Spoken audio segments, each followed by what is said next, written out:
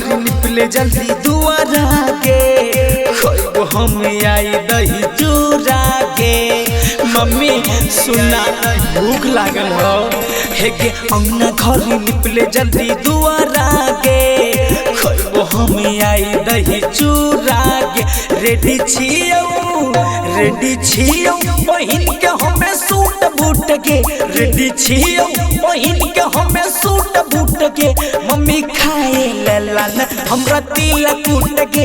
Mummy खाए ललन हमरा तिल कूट के। मम्मी तिल कूट देना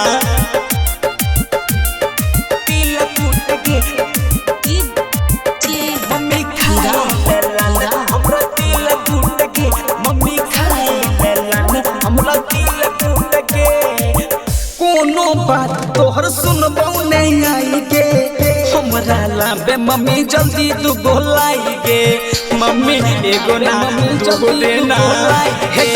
कोनो बात तोहर सुनबो नहीं आई गे हमरा ला मम्मी जल्दी तू बोलाई गे। दे भीजे टुकड़ा मम्मी तू हे रो पूरे हमें लेबो मम्मी दूगो गजक। झूठे हमारा से मम्मी तूने रूठ के। झूठे हमारा से मम्मी तूने रूठ के। मम्मी खाए ललन हमरा तिल कूट के। मम्मी खाए ललन हमरा तिल कूट के।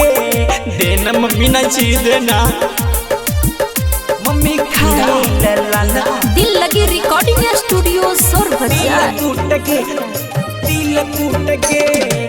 रोहित पिंटू के करन तोंग के दीही पैसा किने लईबै पतंग के। मम्मी देना पैसा पतंग लेबे। सुन रोहित पिंटू के करन तोंग के दीही पैसा किने लईबै पतंग के। हीरा और लक्की के साथ में गे मस्ती करबै दिल सकराइत में गे। संतोष पारो